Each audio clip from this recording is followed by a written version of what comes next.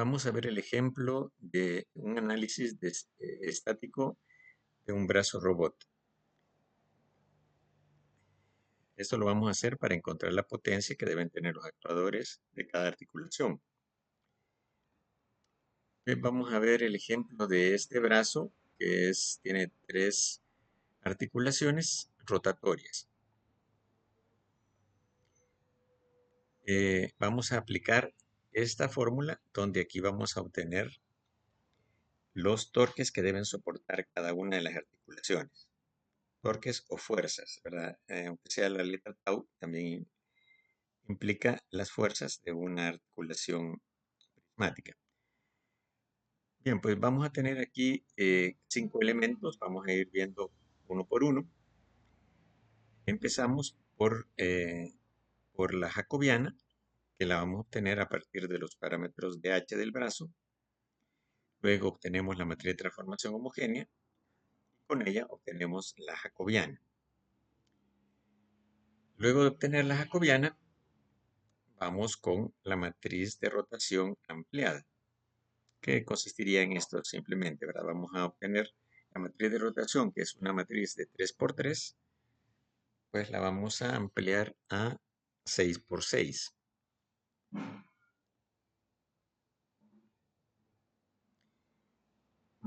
Luego vamos a ver el vector de pesos, ¿verdad?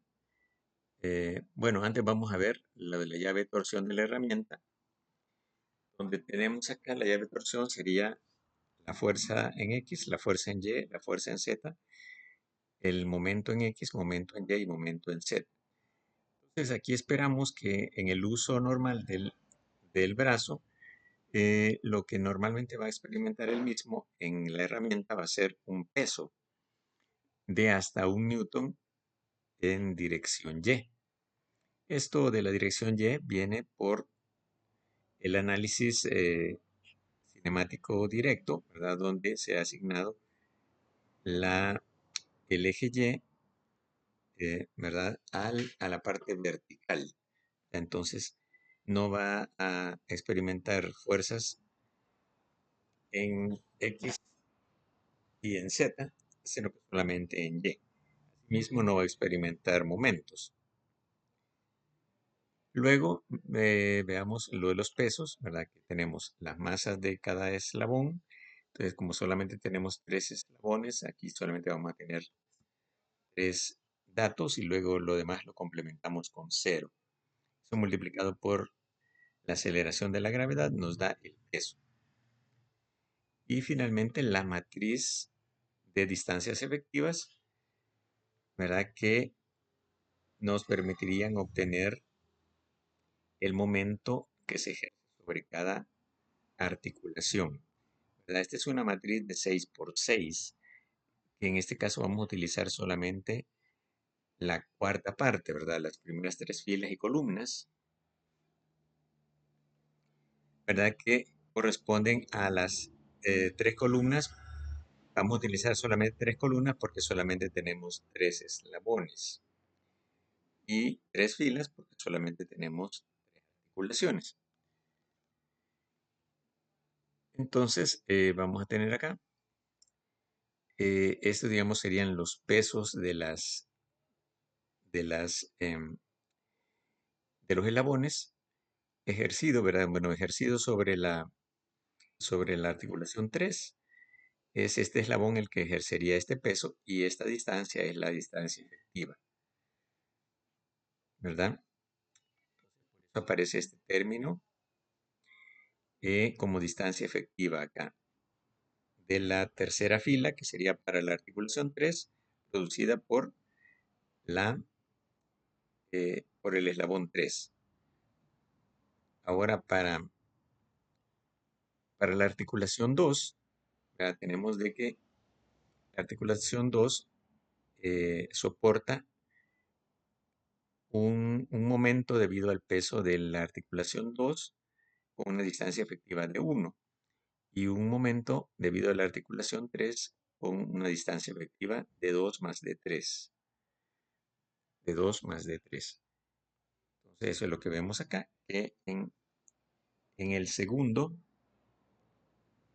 En la segunda articulación, segunda fila, vamos a tener la distancia efectiva del eslabón 2 sobre la articulación 2 y del eslabón 3 sobre la articulación 2.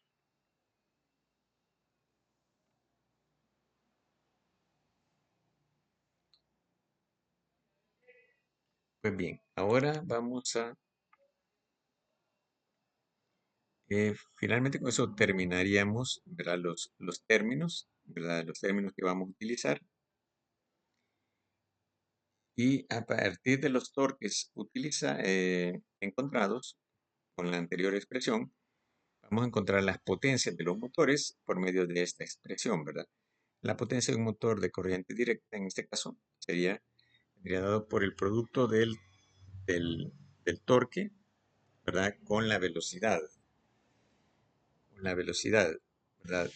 Como asimismo la velocidad es función del torque, ¿verdad? Vamos a tener acá expresado como el- la potencia es proporcional al torque al cuadrado. Entonces, eso nos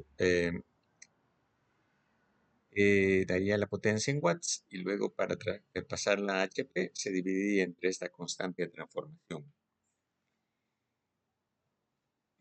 Al correr el programa, ¿verdad? De cálculo, tenemos la potencia en función de las posiciones, ¿verdad? Porque en cada posición vamos a tener una carga diferente, una condición diferente.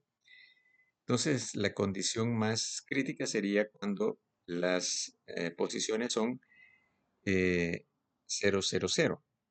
En esa condición vamos a tener una potencia, que el motor tiene que tener una potencia para contrarrestar la carga que representa el peso del robot, ¿verdad? Entonces vamos a tener acá, de acuerdo a este dato, en watts, vemos de que para la articulación 3 es necesario un motor de más o menos 50 watts, ¿verdad? Para poder soportar la carga de 22 watts que necesita desarrollar. Luego, añadiendo el peso del motor, obtendríamos para los siguientes eh, actuadores, ¿verdad? Tendríamos que deben soportar una potencia de 1.94 HP y de 1.38 HP. Entonces serían con motores de 2 HP, podrían cubrir esa carga en las articulaciones 1 y 2.